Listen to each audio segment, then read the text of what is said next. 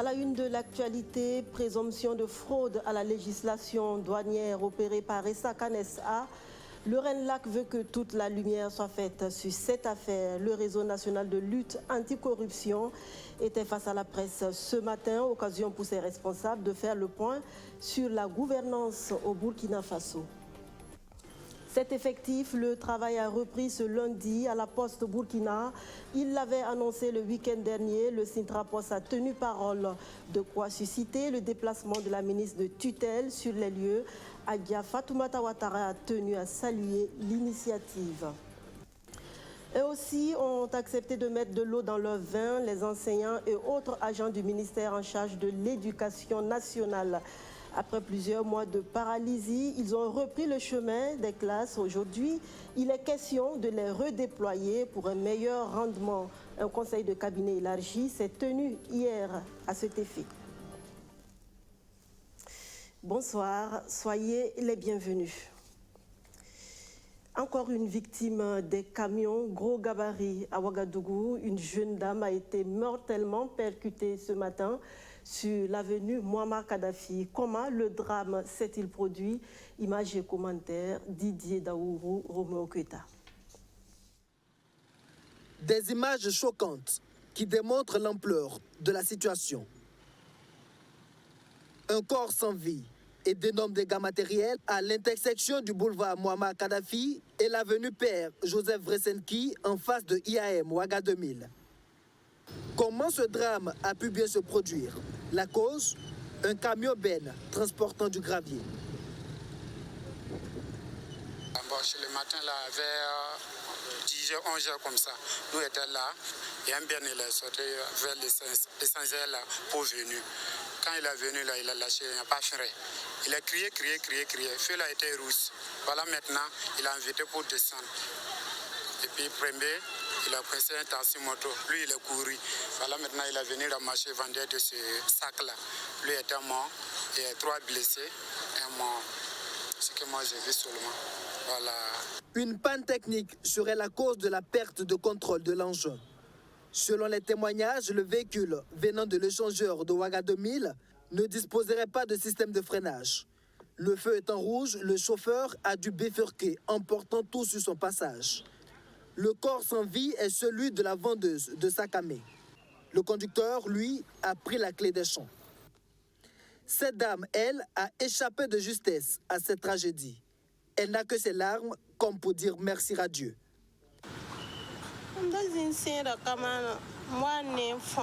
Je vendais du maïs et lorsque j'ai vu venir le camion, je me suis sauvée.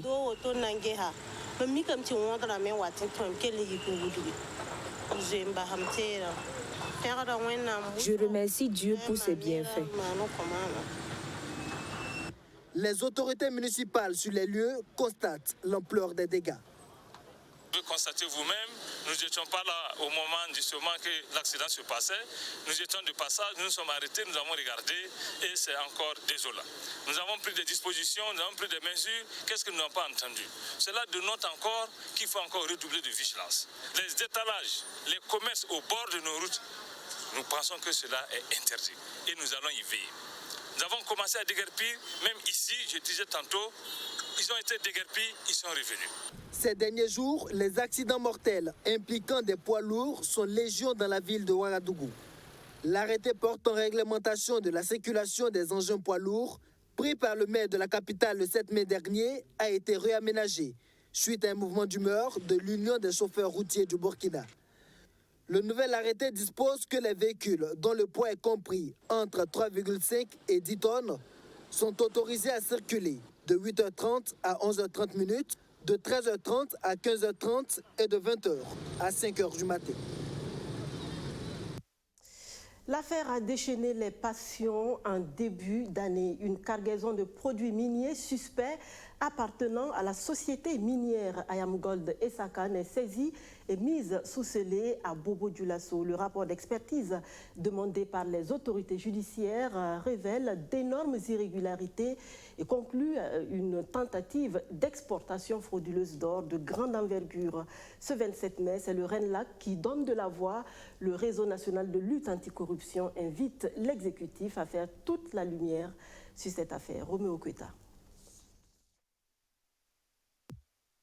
L'affaire exportation illégale de charbon fait par la société minière Ayam Gold Essakane SA fait la une du bimensuel Courrier confidentiel. Le rapport d'expertise exploité par le Canard fait état d'énormes irrégularités dans l'opération et conclut qu'il s'agit d'une tentative d'exportation frauduleuse d'or de grande ampleur maquillée en exportation de charbon.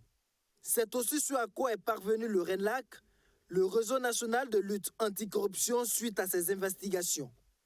La fraude se trouve à plusieurs niveaux. D'abord, sur les minéraux déclarés à la douane. Il n'y avait pas que de l'or et de l'argent dans cette affaire de charbon fin. Il y avait beaucoup d'autres matières. Donc, on peut vous citer le zinc, et, comme on appelle le cuivre, le fer, le manganèse et tout ça. Donc, publiquement, on dit que c'est, comme on appelle, des résidus d'or, mais en réalité, on va au-delà de l'or pour se rendre compte qu'il y a effectivement du fer, du cuivre, du zinc. Il y a ensuite ce constat bouleversant relatif à la teneur en or. Suite à une étude comparée du même minerai, mais provenant d'autres sociétés témoins, les conclusions sont sans appel. Par exemple, au niveau, comme on appelle, des sémaphores, la teneur en or, par exemple, se situe entre 10,46 grammes par tonne et 103,2 grammes par tonne. Mais en ce qui concerne le charbon fin que Essakane, enfin Ayam Gold Essakane a tenté d'exporter, on a abouti à des éléments qui indiquent que par moment, on a environ 5550 grammes par tonne. Par moment, on va jusqu'à 6562 grammes par tonne. Donc, de façon très nette, c'est juste pour vous dire que la teneur est largement au-dessus de la moyenne, en tout cas pour ce qui concerne, j'allais dire, les mines qui sont en production au niveau du Burkina Faso. Le réseau national de lutte anticorruption dénonce l'attitude du ministère des Mines dans cette affaire. Le département de Oumarou Idani, qui avait dès le déclenchement du scandale nié toute idée de fraude dans l'opération. Avec ce rebondissement, le gouvernement est de nouveau interpellé. Tout cela s'est produit avec la bénédiction, sinon la complicité des autorités politiques de ce pays. Et c'est ce que nous dénonçons. Nous les interpellons à faire en sorte que toute la lumière jaillisse dans cette affaire et que tous ceux qui doivent répondre, qu'ils répondent effectivement. L'autre sujet abordé à ce rendez-vous avec les hommes de médias est cette autre affaire de recrutement frauduleux à la Caisse nationale de sécurité sociale en 2018. Et cette autre affaire de recrutement frauduleux à la Caisse nationale de sécurité sociale en 2018. 2 personnes croupissent derrière les barreaux, mais le dossier est toujours en souffrance en justice. Le lieu pour le RENLAC de dénoncer la paralysie de l'appareil judiciaire du pays. Le Conseil supérieur de la magistrature se mobilise pour corriger les incohérences qui existent entre la Constitution et le statut des magistrats. La conférence des magistrats s'est ouverte ce lundi pendant 3 jours. Les juges vont réfléchir et faire des propositions devant conduire à un meilleur exercice de leurs fonctions. Arsène Konditamdi. En août 2015, était adoptée la loi portant statut de la magistrature et celle portant composition et fonctionnement du Conseil supérieur de la magistrature. 2 mois plus tard, intervenait une révision constitutionnelle qui va consacrer la scission entre l'exécutif et le pouvoir judiciaire. Malheureusement, les 2 lois se contredisent en certains points. La conférence ouverte ce 27 mai 2019 a pour objectif de faire des propositions pour adapter la loi portant statut des magistrats à l'esprit de la Constitution. J'ai déjà mis en place... Quand on prend l'esprit de la Constitution, les procureurs du Faso sont nommés de la même manière que les juges au siège, c'est-à-dire que c'est par appel à candidature. Or, si on doit tenir compte de la loi qui a été adoptée en 2015, les procureurs continuent d'être nommés suivant proposition du ministre de la Justice. Voilà un exemple partant comme ça. Mais bien évidemment, comme la Constitution est la norme supérieure, nous avons interprété, nous sommes d'accord qu'il faut appliquer l'esprit de la Constitution, de sorte qu'aujourd'hui, même les procureurs du Faso sont nommés par appel à candidature. Mais il faut modifier les textes pour les adapter à la Constitution. 4 années après la mise en œuvre des réformes issues des engagements du Pacte national du renouveau de la justice, il était judicieux pour les magistrats d'observer une halte pour regarder le chemin parcouru et les progrès accomplis. Nous sommes en train d'appliquer, de mettre en œuvre les réformes intervenues en 2015. Et dans la mise en œuvre, il y a un certain nombre de difficultés qui s'imposent à nous. Il y a des avantages, c'est vrai, mais il y a des difficultés. Donc c'est l'occasion pour nous ici de déceler toutes ces difficultés-là et de les porter au niveau du ministère, puisque c'est le ministère qui porte les projets de loi au niveau des instances compétentes. Cette conférence se tient conformément à la volonté du Conseil supérieur de la magistrature de mieux assumer l'indépendance de la justice et être davantage au service du justiciable. La rencontre a vu la participation de magistrats venus du Sénégal pour un partage d'expériences en la matière. En bref, les avocats reprennent à compter de ce mardi 28 mai leur participation à toutes les audiences, hormis celles pénales. Ainsi en a décidé l'Assemblée générale tenue ce lundi 27 mai. Le barreau poursuit donc la suspension de sa participation à toutes les audiences pénales pour la période allant du 28 mai au 10 juin 2019 inclus.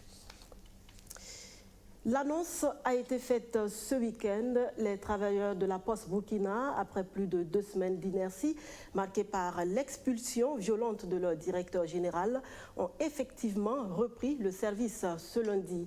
Témoin de cette reprise effective, la ministre de tutelle, Adia Fatoumata Ouattara, est allée encourager l'initiative du Sintra Poste, le syndicat des travailleurs de la Poste. Rémi Lambert-Nébier. Les tumultueux jours de débrayage ont fait place à un calme du jour de travail ce lundi 27 mai à la Poste Burkina. Les différents bureaux se sont repeuplés de leurs occupants pour servir à nouveau une clientèle qui a subi les désagréments d'une vingtaine de jours de grève. La reprise du travail est effective et c'est pour saluer ce début de dégel entre l'administration et les agents que la ministre en charge de la Poste est venue encourager l'ensemble des travailleurs et les exhorter à rattraper le retard consommé. Nous sommes venus constater qu'ils ont réellement repris et que les clients sont en train de trouver satisfaction. Ils sont servis et nous avons profité de l'occasion pour saluer ces clients, pour les remercier de faire toujours confiance à la Poste. La Poste, ça reste une maison commune et ce sont les acteurs qui font la Poste. Et aujourd'hui, c'est un secteur stratégique. Le gouvernement a beaucoup d'ambition pour la Poste. Elle doit avoir de lendemain meilleur, mais elle n'aura de lendemain meilleur qu'avec les travailleurs et bien sûr les dirigeants. Donc c'est ce message que nous tenons à passer, à encourager ces travailleurs et regretter encore ce qui s'est passé. Aucun accord n'est signé entre le syndicat des travailleurs de la Poste Burkina et l'administration, mais la ministre de tutelle affirme que les discussions sont sur une bonne lancée. Il n'y a pas eu d'accord, mais le personnel a accepté reprendre le travail. Ils ont accepté regagner leur bureau. Maintenant, nous sommes dans une bonne dynamique. Nous allons continuer le dialogue social. Nous allons continuer à trouver des solutions aux préoccupations qui sont posées. Et ce n'est pas du jour au lendemain, ce n'est pas en un seul jour qu'on peut arriver à régler tous les problèmes. Mais là, l'activité se poursuit, les travailleurs sont à leur poste et nous allons, je dirais, nous mettre autour de la table et nous allons trouver les solutions adaptées, des solutions qui conviennent à tout le monde. Le syndicat des travailleurs de la Poste Burkina exige du conseil d'administration de la société l'adoption d'un statut valorisant et le départ de leur directeur général. Reprise effective également des activités dans le secteur de l'éducation. Après quelques semaines de remous, la sérénité retrouvée depuis la semaine dernière donne l'occasion au gouvernement de penser l'avenir de ce secteur. Il est question de redéployer les effectifs pour plus d'efficacité. C'est en faveur d'un conseil de cabinet élargi qui s'est tenu ce dimanche. Arsène Konditamde. Le système éducatif burkinabé souffre plus de la mauvaise répartition que de l'insuffisance d'enseignants. Dans le préscolaire, par exemple, on dénombre 928 enseignants pour 461 salles de classe. Au primaire, 68 088 enseignants pour 50 124 salles de classe. Des chiffres révélateurs de la complexité de la gestion du personnel du département ministériel dirigé par Stanislas Ouarou. Le conseil de cabinet élargi ouvert ce 26 mai a entre autres objectif d'apporter plus de cohérence dans la gestion des agents. Mathématiquement parlant, en appliquant la règle d'un enseignant par classe, aucun déficit de personnel ne devrait se poser. Mais la réalité est tout autre. À côté de la pléthore d'agents constatée dans certaines structures, on assiste parallèlement à un manque de personnel dans d'autres. Au cours de ces 3 jours de travaux, l'ensemble des responsables du ministère va se pencher sur cette problématique de gestion rationnelle des ressources humaines dans un secteur hautement social qu'est l'éducation. Il s'agira donc de définir une feuille de route qui nous permettra d'aller de façon consensuelle vers un redéploiement du personnel. Au regard de l'importance de l'ordre du jour, le conseil de cabinet est élargi aux structures centrales, déconcentrées, rattachées et de mission. Il a également été le lieu pour le ministre en charge de la fonction publique d'échanger avec les premiers responsables de l'éducation nationale sur la modernisation de l'administration publique. Les résultats provisoires du recensement nous invitent à repenser le mode de gestion des agents publics en faisant une répartition géographique et administrative juste et équitable de ceux-ci. Il faudra particulièrement veiller à ce que chaque agent occupe effectivement le poste de travail correspondant à sa fiche de poste. Cela amène mon département à envisager le redéploiement du personnel des différents ministères selon des modalités qui restent à définir de manière consensuelle avec l'ensemble des acteurs. À la date du 17 mai 2019, 1933 établissements sont fermés, 326 152 élèves sont déscolarisés et 9 042 enseignants sont affectés. Face à cette nouvelle donne, le Premier ministre Christophe Dabiré a marqué sa présence à cette activité pour encourager le personnel de l'éducation.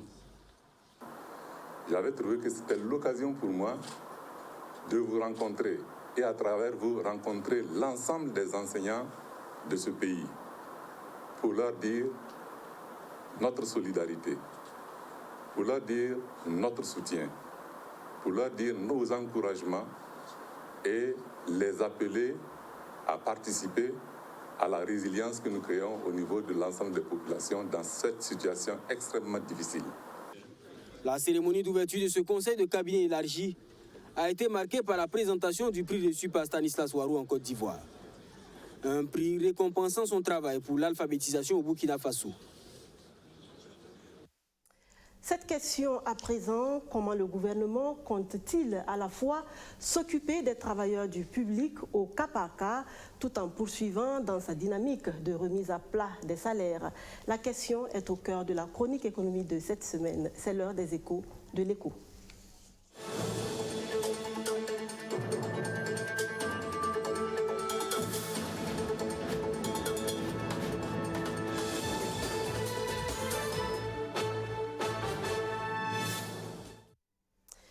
C'est connu, toutes les revendications observées dans l'administration publique ont un dénominateur commun, l'amélioration des prétentions salariales. Ce qui amène le gouvernement à poursuivre des signatures d'accords avec les fonctionnaires pris catégoriellement, même si le chef de l'État s'est engagé à mettre à plat les salaires pour corriger des inégalités. Comment y parvenir alors dans ce contexte? Mis à rude épreuve, l'exécutif décide d'abord d'apurer les passifs avant d'aller à la remise à plat. Mais la logique laisse plus d'un dubitatif sur ses intentions qui tendent à rendre caduc le projet de remise à plat des salaires. Rémi Lambert-Nébier. Résolution au cas par cas, puis projet de remise à plat des salaires et maintenant apurement du passif avant la mise à plat des salaires. Le gouvernement ne cesse d'élaborer les approches pour équilibrer la masse salariale, devenue un enjeu principal de la gouvernance économique. Mais la toute dernière option envisagée ne cesse de susciter au sein de l'opinion publique des questions sur sa logique. Comment peut-on apurer des engagements qui engendrent obligatoirement des augmentations de salaire pour après revenir opérer une remise à plat de ces mêmes salaires? Bon, on peut y voir une contradiction. C'est ce qui fait peur justement aux syndicats. Si ces engagements qu'on a demandés aujourd'hui ne sont pas tenus, parce que les syndicats vont se battre pour que les engagements, les accords qui sont mis en œuvre maintenant soient des acquis qu'on ne touche pas. Est-ce que vous voyez? Et arriver, ça va encore corser les débats au niveau de la mise à plat parce que est-ce qu'on va toucher aux acquis ou pas? Ça, c'est le nœud du problème. Mais je crois qu'il y a eu souvent les gens aussi, en termes de communication, il y a des choses qui échappent. Parce que si on écoute très bien ce qui s'est dit à la conférence et après la conférence, ce qu'on a laissé entendre, c'est que c'est plus les indemnités qui allaient être touchées. Parce que c'est là que se trouve le problème et c'est là aussi que se trouve le gros d'inégalité. Parce que les grilles de la fonction publique, on les connaît, les salaires de base, les 17, tout ça, on les connaît. Le Premier ministre a beau réaffirmer devant l'Assemblée nationale que son gouvernement n'abandonne pas l'idée de remise à plat des salaires. Pour les partenaires sociaux, c'est un projet devenu caduc. Cela a d'ailleurs eu pour effet immédiat de pousser plusieurs syndicats à remettre au goût du jour leur plateforme revendicative. Mais de l'avis de certains observateurs, la remise à plat des salaires reste un projet incontournable. C'était difficile de mener les deux chantiers en même temps.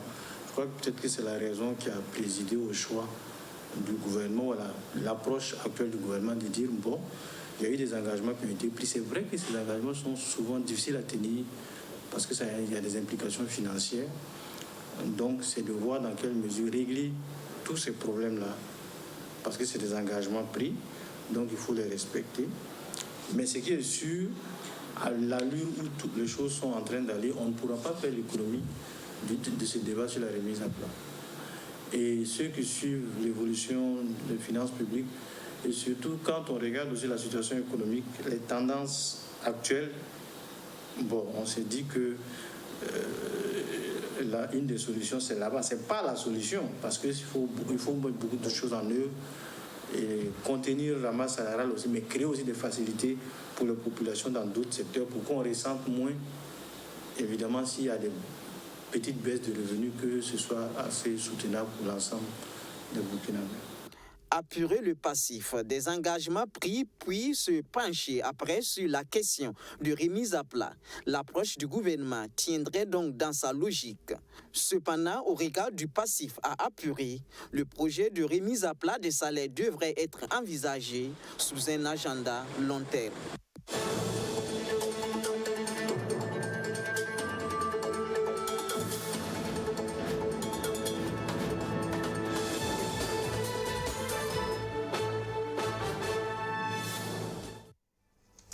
À un an de la fin de la mise en œuvre du plan national de développement économique et social, l'heure est à la revue des performances réalisées. Des points sur les acquis, le gouvernement se targue d'un taux de croissance de 6,6%, un chiffre en hausse malgré le contexte difficile que traverse le pays. Kevin Elodizaba, Sandrine Zougouri. La mise en œuvre du PNDS, le plan national de développement économique et social, est en bonne voie. Selon le gouvernement burkinabé, 3 ans après son lancement, il permet au Burkina Faso d'enregistrer une croissance économique de 6,6% en 2018 contre 6,3% en 2017. Le déblocage tardif des ressources budgétaires, la multiplication des grèves dans plusieurs secteurs de la fonction publique et la multiplication des attaques terroristes sont entre autres les entraves à sa mise en œuvre. Les performances auxquelles nous sommes parvenus, ça a été des performances qui ont été tirées au forceps parce que nos administrations centrales, nos administrations locales ont travaillé dans l'adversité. Et malgré cela, nous sommes arrivés à avoir un taux de croissance de 6,6%, ce qui est légèrement mieux que l'année dernière. Nous souhaitons tout simplement qu'on puisse continuer comme ça. Les efforts du gouvernement burkinabé sont salués par les partenaires techniques et financiers du PNDS. Tout en soulignant l'importance de l'engagement de toutes les parties, il reste disposé à accompagner le gouvernement burkinabé. On a apprécié les efforts déployés par le gouvernement, les efforts qui ont fait que la mise en œuvre d'une manière globale du PNDS à ce jour enregistré des résultats satisfaisants. Ceci étant, la situation est qu'il y a des régions encore très éprouvées par l'insécurité. Il y a eu aussi quelques familles qui se trouvent dans des situations où ils auront besoin des appuis pour que les enfants puissent aller à l'école. Il y a encore nos régions qui sont touchées par l'insécurité alimentaire et des fois par la malnutrition. Tout ça pour dire que les partenaires restent mobilisés pour accompagner le gouvernement. Dans tous les cas, chacun doit faire sa part. Nous devons tous jouer notre rôle. Le gouvernement ne dispose plus que d'une année pour réajuster le tir afin de tenir ses promesses. Il envisage entre autres l'amélioration du suivi des politiques publiques et du transfert des ressources aux collectivités territoriales. La mise en œuvre du PNDS qui suscite des espoirs au gouvernement, des espoirs qui se fondent également sur la campagne agricole humide 2019-2020. Ce sont 5,8 millions de tonnes de céréales, 1,7 million de tonnes de cultures de rente qui sont attendues à la fin de la saison. La campagne a été officiellement lancée ce week-end à Labola dans la Comoé. Le reportage de Sotuo, Justin Dabiri. Ce sont par ces coups d'accélérateur que le ministre de l'Agriculture et des Aménagements hydrauliques, Salifou Ouedraogo, lance officiellement la campagne agricole de saison humide 2019-2020. Pour cette campagne, le gouvernement ambitionne d'atteindre des niveaux de production encore meilleurs que ceux de l'année dernière. Il est attendu pour la campagne 2019-2020 5 800 tonnes de céréales, 1 700 462 tonnes de cultures de rente et 986 946 tonnes d'autres cultures vivrières. Pour atteindre ces objectifs, le gouvernement met en place des mesures d'accompagnement pour les producteurs. Il s'agit notamment de la mise à disposition à prix subventionné de 33 500 tonnes d'engrais minéraux, 4 300 000 tonnes de semences améliorées, 119 000 litres de pesticides pour la lutte contre les nuisibles, 5 635 000 outils de vulgarisation agricole, 20 900 unités de matériel agricole, 125 tracteurs équipés, 100 égreneuses multifonctions et 143 motoculteurs avec accessoires. L'aménagement de 3 480 hectares de bas-fonds, 1 220 hectares de périmètre irrigué et 465 hectares de périmètre maraîcher sont également prévus.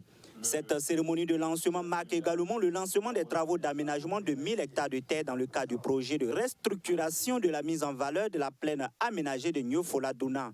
Ces travaux coûteront environ 32 milliards de francs CFA selon le ministre en charge de l'Agriculture et seront financés par le budget de l'État et les partenaires financiers. C'est faire en sorte que nous puissions mettre en place des fourrages agricoles avec un système solaire qui permettent que nous puissions rallonger le cycle de production, qui nous permettent de produire 3 fois dans l'année. Au-delà de ça, c'est de faire en sorte que les populations puissent respecter les itinéraires techniques, qu'ils puissent vraiment les suivre. Une transformation structurelle de l'agriculture à travers l'implantation de nouveaux paradigmes de production plus innovants et plus résilients face aux aléas pluviométriques s'avère nécessaire selon le ministre Salifou Ouedraogo. Au cours de cette cérémonie, du matériel agricole a été remis aux producteurs en vue de l'amélioration de leur production. Bon, en tout cas, l'action du gouverneur a salué parce qu'au Burkina Faso, la majeure partie, presque chaque campagne, en tout cas, il y a des postes de sécheresse et les postes de sécheresse induisent beaucoup de pertes en rendement. Donc, s'il y a les motopompes, en tout cas, on peut sauver, même si c'est une partie de la production, pour pouvoir, en tout cas, être efficace. Quel modèle d'exploitation agricole pour une transformation structurelle et une résilience du secteur agricole? C'est sous ce thème qu'a été lancée la campagne agricole 2019-2020. Un thème qui invite les acteurs de l'agriculture à trouver les voies et moyens pour assurer la transition vers un nouveau paradigme à travers un accompagnement du gouvernement dans l'innovation agricole. Apprenez à exprimer vos doutes, vos angoisses et vos faiblesses, car exprimer, c'est expulser. Les mots fonctionnent comme une mise à distance. Ne pas garder en soi ses peurs, c'est commencer à s'en libérer. Catherine Rambert, c'est ici qu'on s'arrête pour cette édition. Merci de votre constante fidélité à BF1. À demain.